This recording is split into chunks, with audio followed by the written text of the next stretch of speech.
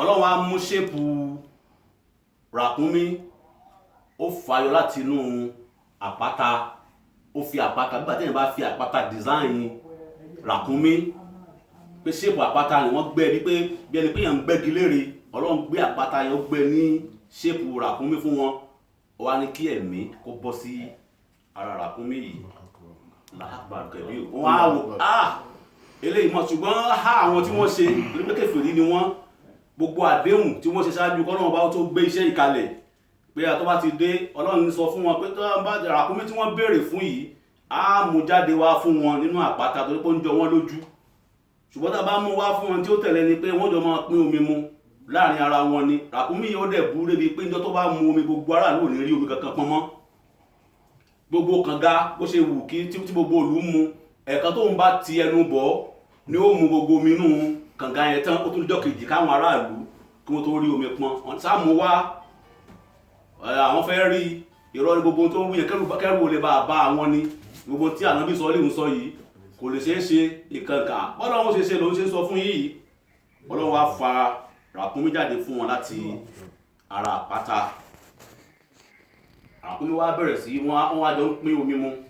ràkúnmí yóò mú mi lónìí, àwọn ò mú lọ́la, yóò mú lónìí, àwọn ò mú lọ́la. ọ̀kan wọ́n ti wá ṣe bẹ́ẹ̀ lọ díẹ̀ ní wọ́n á bí wọn pé ibi táwọn bá irú kí làwọn ń dánwò yìí. ràkúnmí lásán ẹranko, àwọn òjò máa wá pín omi mu, òun wà mú jọ kan wà ní jọ tó bá ti wá mú mi tiẹ̀, àwọn ò ní omi kankan táwọn ó mu mọ́. bẹ́ẹ̀ ni pọ̀rọ̀ yìí àwọn ò ní lè faradà. náà bá gbé ẹnìkan jáde dé ní àárín wọn pé káàkó lọ gbọdẹ ràkúnmí lásìkò ọjọ́ tí omi mímu ó kan ràkúnmí, tó bá ti gọdẹ kó wà mú kúrò lọ́nà, wọn fún ní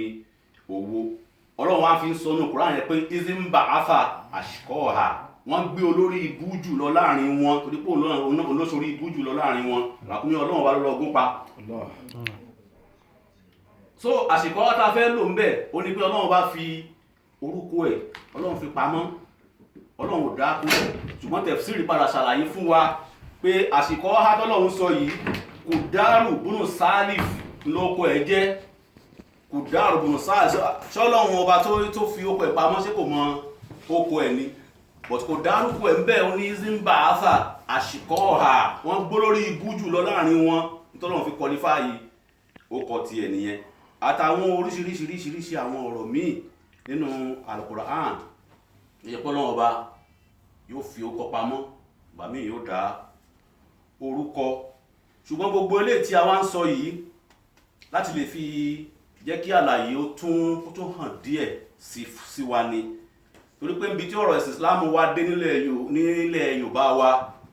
kò sí ẹni tó bá jẹ́ mùsùlùmí òdodo tó dẹ̀ ní ìgbàgbọ́ sí Ọlọ́run ọba àti ọjọ́ ọ̀kẹyìn, tí gbogbo àwọn nǹkan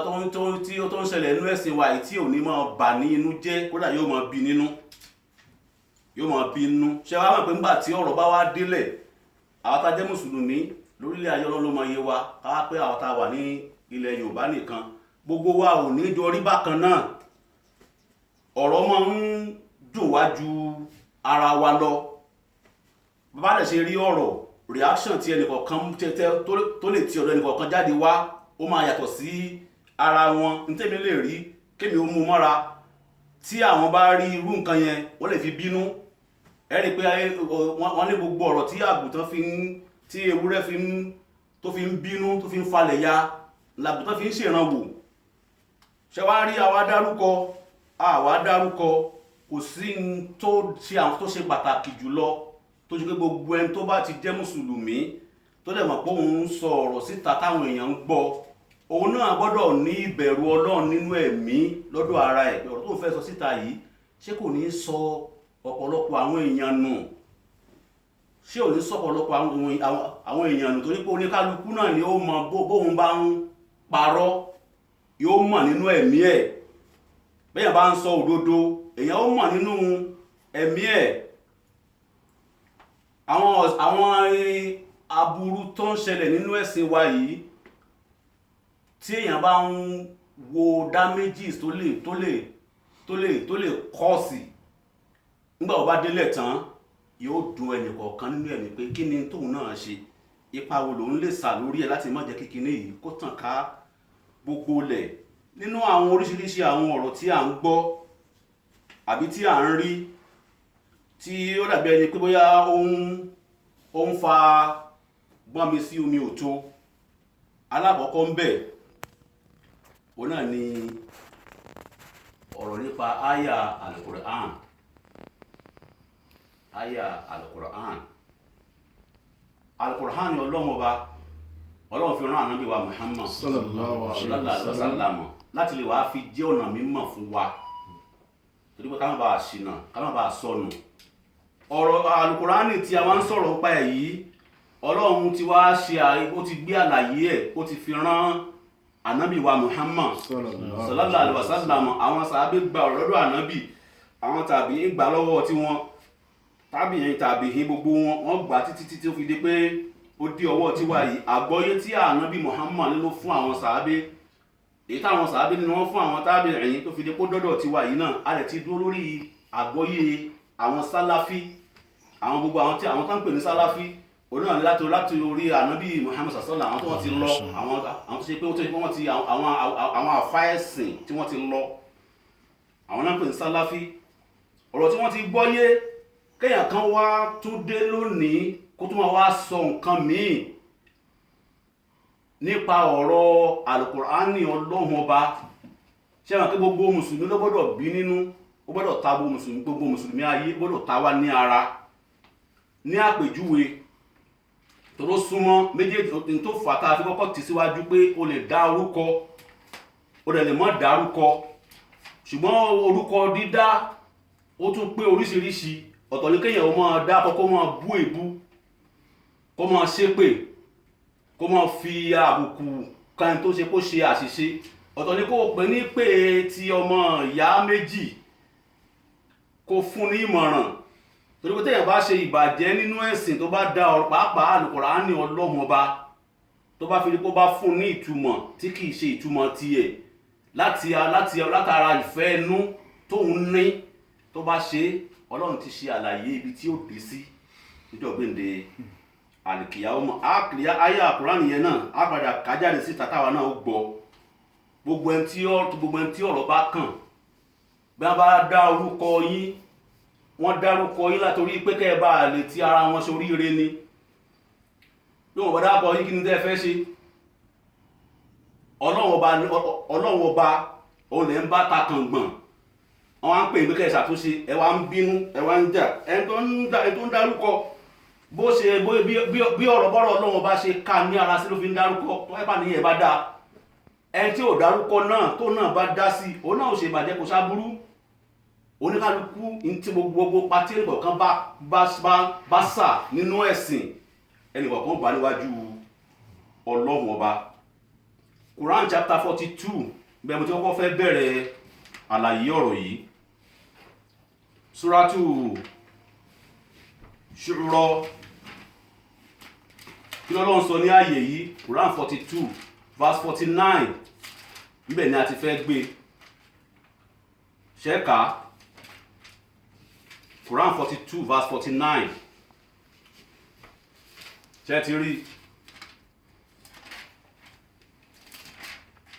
Quran 42 verse 49. Olúwa ní lillahi mulku samawati wal ardi. Ẹ rí. Ba'da a'udhu billahi minash shaitonir rajim, bismillahir rahmanir rahim. Ọlọ́run sọ fún wa ní ààyè yìí pé lillahi mulku samawati wal ardi. Ọlọ́run bá ní òun Ọlọ́run ọba, gbogbo ọlá tí ń bẹ ní sánmọ̀ àti tó bẹ lórí ilẹ̀ ayé, Ọlọ́run bá lòun ní o. Ẹnìkan kan ò ní ọlá kankan lọ́dọ̀, gbogbo ẹ̀ pátápátá ọlá àti Ọlọ́run ọba ni. Ọlọ́run wá ń tẹ̀síwájú pé yakhluqu ma yasha'u, ní tó bá wu òun Ọlọ́run ọba lòun máa ń dá, ní tó bá wù òun lòun máa ń ṣe ẹ̀dá ẹ̀. Yahabu liman yasha'u inathan, yahabu liman yasha'u inathan. Olúwa ní tó bá wu òun nígbà míì, òun ó ta lọ́rẹ. Ẹni tó bá wu òun máa fún lọ́mọbìnrin, òun máa ta lọ́rẹ ọmọbìnrin. Inathan, ọmọbìnrin, ọmọ obìnrin. Ọlọ́run lóhun ó fún, tó bá bí kìíní obìnrin ni, bó bí kejì obìnrin ni, bó bímọ 100 láyé obìnrin gbogbo wọn mọ̀ jẹ́ irú ètò ṣe fún ànábì Lútọ̀ alayhi salatu wassalam obìnrin ni ó mọ̀ bí Olúwa tó ní wa yahabu liman yasha'u dhukura tó bá tún wù nígbà míì ó lè mọ fún ẹlòmíì lọ́mọ ní ó lè mọ tá lórí ọmọkùnrin wá bí kíní ọkùnrin ni ó jẹ́ ìkẹwàá gbogbo ọmọ tó bá bí láyé pátápátá kò ní bí obìnrin kankan àfi ọkùnrin gbogbo ó mọ jẹ́ ọlá Ọlọ́run lélẹ́yìí Olúwa ní áúyúzà wíjùhún zùkúrọ́nán wà ìnáàfàn áúyúzà wíjùhún zùkúrọ́nán wà ìnáàfàn àbí tó bá wù nígbà míì òun lè dá méjèèjì pọ̀ fẹ́lòmíì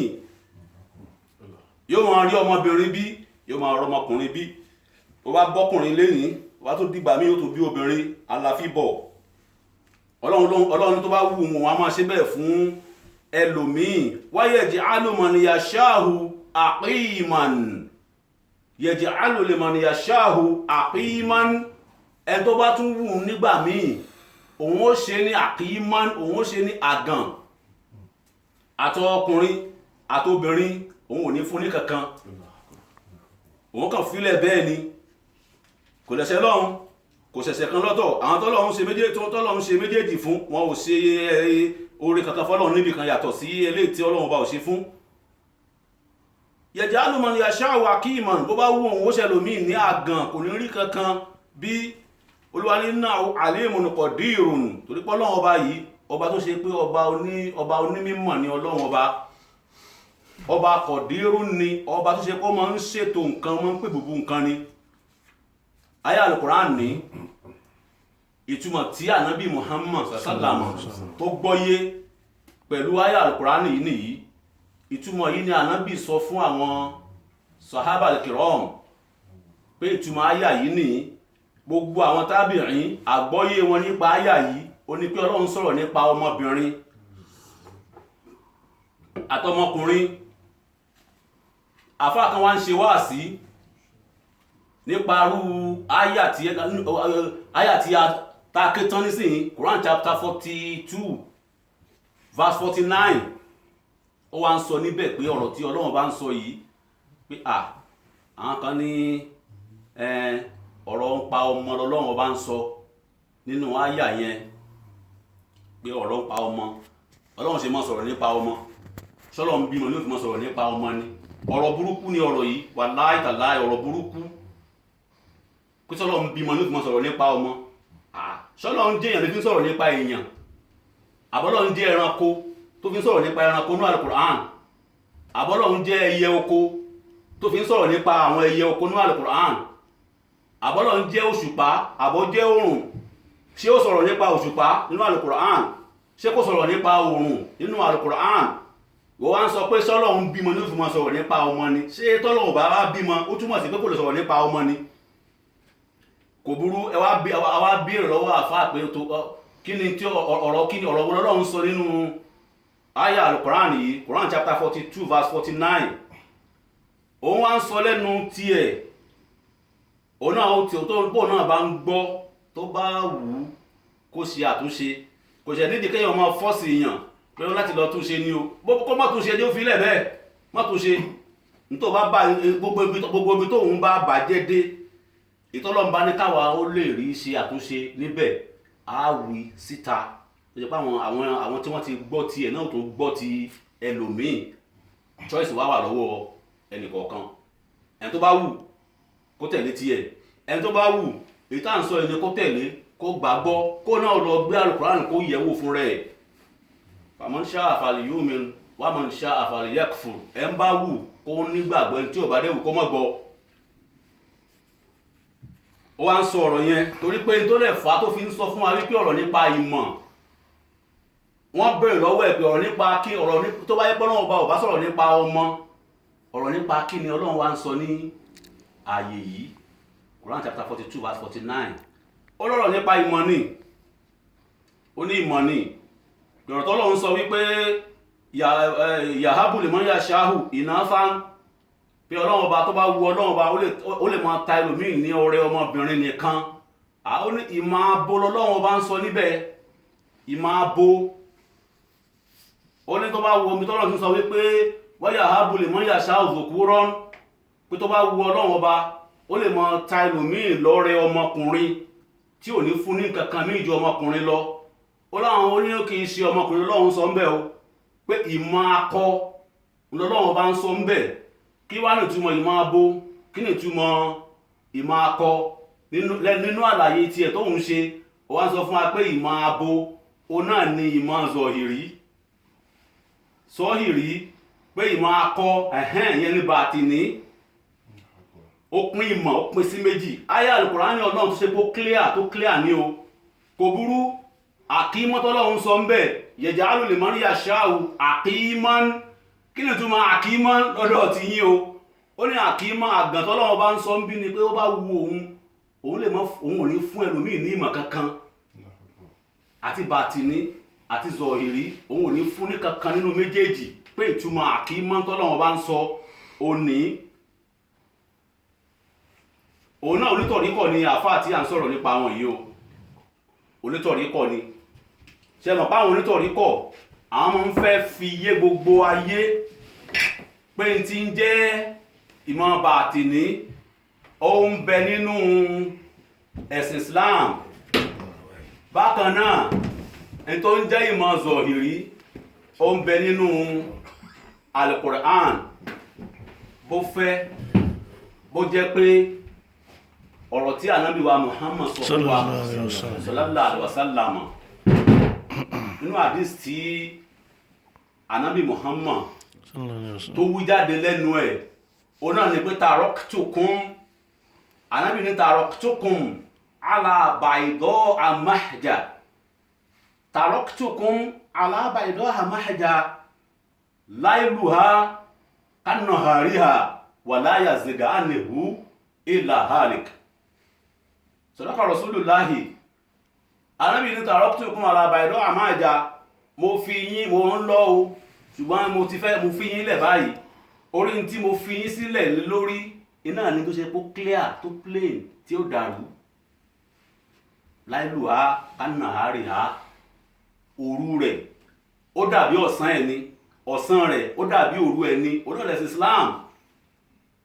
kò sí kọ́lọ́fín kankan nínú ẹ̀sìn Ìsìlámì tiwa kò sí kọ̀rọ̀ kankan nínú ẹ̀sìn Islam gbogbo àwọn tí wọ́n bá ń sọ ìsọkúsọ lẹ́nu wọn lọ́hùn-ún pé bàtìní zọ̀hìrí àwa challenge wọn pé kí wọ́n mú ẹ̀rí wọn wá pé ànábì Muhammad sallallahu alaihi wasallam ó fi ti ń jẹ́ bàtìní ó fi rinlẹ̀ nínú ẹ̀sìn challenge yẹn nìyẹn kí ni túmọ̀ bàtìní iná ni tó ṣe pó pamọ́ ní tó ṣe pé ẹ̀ lè fojú lásán ò ṣe é dájọ́ ẹ̀ lè fojú lásán dá ẹjọ́ rẹ̀ tó ṣe pé nǹkan tí tó ṣe pé ó tayọ tí èèyàn lè fi ojú lásán báyìí tó lè fi rí lápèjúwe irú ìṣẹ̀lẹ̀ tó ṣẹlẹ̀ láàrin ànábì Khidir àti ànábì Musa alayhi salatu wassalam wọ́n sábà máa ń fẹ́ fi eléyìí ṣe hújà pé hújà ní pé ìtumọ̀ pé límọ̀lẹ̀ bàtìní ó ń bẹ nínú ẹ̀sìn Islam pé ṣe bí ànábì Ọlọ́run ní ànábì Khidir ìmọ̀ tọ́lọ́run bá dẹ̀ fún ànábì Khidir ìmọ̀ tí ó ṣe pójú lásán ò lè jọ́ọ̀jì ni ojú lásán báyìí kò ṣe é rí pé torí pé ìdí ẹ̀ náà lọ́lọ́run fi ní kí ànábì Musa lọ kọ́ ẹ̀kọ́ lọ́dọ̀ ànábì Khidir alayhi salatu wassalam kí n sáré kan ìyẹn ìṣẹ̀lẹ̀ yẹn kéékèèké ànábì Musa ṣe wá sí tọ́jọ́ kan gẹ́gẹ́ bí ìtàn tí a kà wọ́n ní àwọn tí wọ́n ń gbọ́ wá sí ànábì Musa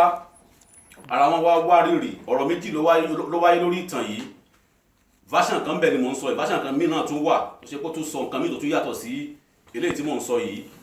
wọ́n á ní wọ́n wo ànábì Musa pé ǹjẹ́ ààrẹ nìkan kan lórílẹ̀ ayé tó ṣe kó tún ní mímọ̀ tó ìrẹ́ ànábì Musa alayhi salatu wassalam ànábì Musa gẹ́gẹ́ bí ànábì Ọlọ́run wọ́n ló bá ní òun òrò bẹ́ẹ̀ torí pé kò rò pé ànábì míì tún bẹ lórí ilẹ̀ ayé mọ́ lásìkò tiẹ̀ Ọlọ́run wá fi hàn pé ọba sọ fún wa pé Ọlọ́run lọ́ba onímọ̀ Allahu a'lam nítorí ọba sọ fún wọn nìyí Ọlọ́run wá tẹ̀kú wọn wá fẹ́ẹ́ fẹ́ tó tún ní mímọ̀ jù ọ lọ wọn ò fi hàn ọ́ Ọlọ́run wá ní kí ànábì Musa kó wá rin ìrìn àjò àlàyé yẹn gbogbo ìtàn yẹn ń bẹ nínú Suratul Kahf ó wá rìn tó fi dípò kan ànábì Khidir alayhi salatu wassalam gbogbo àwọn nǹkan tí ànábì Khidiru ń ṣe lójú ànábì Musa ó ń takò làákàyè ànábì Musa alayhi salatu wassalam ó ń takò làákàyè ànábì Musa eléyìí ohun òrírú eléyìí rí ṣẹlẹ̀ mọ̀ pé ànábì Khidiru ó náà ti mọ̀ tẹ́lẹ̀tẹ́lẹ̀ pé ànábì Musa ìdájọ́ ìmọ̀tọ́lọ́wọ́ bá fún irú ẹ̀ náà ló fún gbogbo àwọn ànábì Ọlọ́run tọ́lọ́wọ́ bá rán sí àwọn èèyàn pé kí wọ́n lọ jíṣẹ́ fún ànábì Khidiru tá à ń sọ̀rọ̀ nípa èyí àfáà tó bá fẹ́ fi ọ̀rọ̀ ti ànábì Khidiru àti ànábì Musa ṣe hújà ó yẹ ká béèrè lọ́wọ́ ọrú wọn wípé kò burú ànábì Khidiru tá à ń sọ̀rọ̀ nípa èyí àwọn ọ̀ràn èèyàn wo lọ́lọ́wọ́ bá fi ìmọ̀ tọ́lọ́wọ́ bá fún ìyẹn ìmọ̀ ti bàtìní tí wọ́n ń claim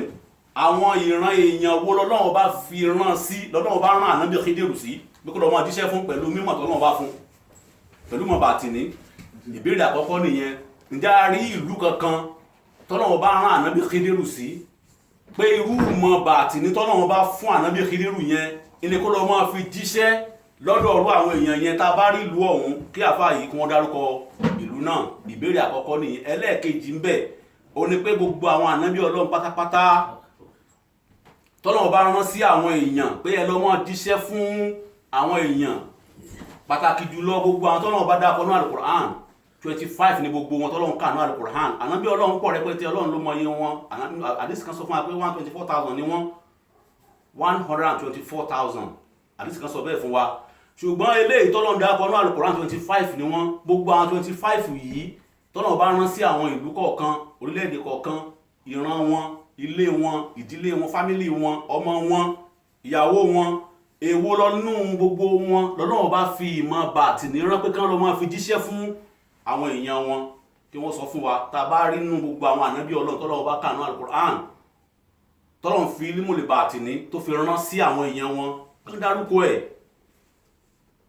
gbogbo àwọn ànábì Ọlọ́run pátápátá tọ́lọ́run rán sí àwọn ọmọ ànábì Adam alayhi salatu wassalam ìmọ̀ irú ìmọ̀ tọ́lọ́run fún ànábì Muhammad ìmọ̀ ti zọ́hìrí oná lọ́lọ́run bá fi rán gbogbo wọn níṣẹ́ sí àwọn èèyàn wọn tí wọ́n jíṣẹ́ fún ànábì Muhammad wa sallallahu alaihi wasallam gbogbo orú àwọn ọ̀rọ̀ yìí tí àfáà yìí wá ń sọ ní ẹnu ẹ̀ lọ́hùn-ún pé ìmọ̀ lọ́lọ́run bá ń sọ kìí ṣe ọ̀rọ̀ ọmọ ọ̀rọ̀ yìí ọ̀rọ̀ kọ̀rọ̀ ni o ọ̀rọ̀ burúkú ni àfi ká dá irú ọ̀rọ̀ báyìí ká dá padà sí ọ̀dọ̀ wọn ni. alákọ̀ọ́kọ́ nìyẹn ẹlẹ́ẹ̀kejì òun náà ni ọ̀rọ̀ kan tí àfáà míì tún sọ wọ́n ṣe maulidi ní inú prógrámù yẹn ni àfáà yìí wá ń sọ̀rọ̀ ó ń ṣe wáàsí bí wọ́n ti ń ṣe maulidi yìí ó wá ń kí Shehu Ibrahim ó kí púpọ̀ ó wá fẹ́ pọ̀n po ó fẹ́ kí tán yányán ó wá ń sọ fún àwọn tí wọ́n ń gbọ́rọ̀ lẹ́nu ẹ̀ pé gbọ́ bọ́lọ̀ ṣe sọ̀rọ̀ Ibrahim náà Al-Qur'an ni ó wá ní bọ́lọ̀ sọ náà Al-Qur'an pé wà mọ́ ń yọrọ dábù amíláti Ibrahim ilá mọ́ ń sẹ̀fí ànáfsàwú gbogbo wọn bá hó pé Allahu Akbar pé wọ́n yọrọ dábù tálẹ́ tó ṣe pé Qur'an sọ fún wa pé ta ló gọ̀ síra ẹ̀ o tálẹ́ tó gọ̀ síra ẹ̀ tó ju ẹ tó ṣe pé ó yẹ ẹsẹ̀ kúrò lójú ẹsẹ̀ Ibrahim lọ alayhi salatu wassalam ọ̀rọ̀ tí Ọlọ́run bá sọ ní Al-Qur'an yìí kódà ọmọ tí wọ́n bí sínú Islam lónìí tó ṣe pé òun náà ṣe Islam lọ́wọ́lọ́wọ́ ó ti gbọ́ yé ó ti mọ̀ pé dájúdájú ànábì wa ni ànábì Ibrahim alayhi salatu wassalam òun ni Ọlọ́run bàbá tó bí ànábì Ismail tó ń wá jẹ́ ìrandíran ànábì wa Muhammad sallallahu alaihi wasallam ó kó ẹ̀rọ Ọlọ́run bá dáńbí tọ́lọ́run fi sọ pé máa ń yẹ́rẹ́ dábò àmì láti Ibrahim ilá máa ń sàfihàn nafsahu ẹni tó gọ̀ sí rẹ̀ lẹ́ni tó ṣe pókò fẹsẹ̀ lé ẹsẹ̀ ànábì Ibrahim ṣùgbọ́n àfáà yìí ń fẹ́ fi ìjẹ́ òdodo tọ̀ríkọ̀ ti àwọn tìjàníyà mọ́ àwọn ìbùràmíyà kankan yẹn fẹ́ fi rinlẹ̀ fún wa ó wá ń sọ pé ọlọ́run bá dárúkọ ṣéwù Ibrahim nínú Al-Qur'an ọ̀rọ̀ burúkú gbà ní ọ̀rọ̀ yìí ó bá wu àfáà yẹn kí wọ́n ṣàtúnṣe o tó bá dẹ̀ wù wọ́n kí wọ́n mọ̀ túnṣe kí wọ́n fi lẹ̀ èyí táwa bá lè ṣe àtúnṣe nípa ẹ̀ àwa ó máa sọ á máa túnṣe a máa sọ a máa tún ṣe ọ̀rọ̀ tí Ọlọ́run bá fi kìlọ̀ fún wọn tó fi bá wọn wí nínú Al-Qur'an Quran chapter 9 verse 65 Suratul Tawbah ọ̀rọ̀ Ọlọ́run bẹ́ẹ̀ tọ́lọ́run sọ fún wa pé wala in sa'altahum tẹ́ bá bi àwọn tí à ń sọ yìí léèrè àwọn tí wọ́n ń ṣe ìbàjẹ́ yìí tẹ́ bá bi wọ́n léèrè pé láyé kúrú náà iná makún náà nàhúd kí ni tó fà tẹ́ fi ń sọ ọdún tẹ́ ń sọ yìí jáde lẹ́nu ọ̀rọ̀ burúkú lọ̀rọ̀ yìí ẹ̀yin àgbà àfà tí gbogbo ayé dẹ̀ ń wò yín ní wò pé à ń kọ́ ẹ̀kọ́ ẹ̀sìn lára yín ọ̀rọ̀ tẹ́ ń sọ yìí ò dáa wọ́n bá bí wọ́n pé kí ni tó fọ̀rọ̀ yìí láyé kúrú náà makún náà nàhúd wọ́n sọ fún yín pé ọ̀rọ̀ tó ń sọ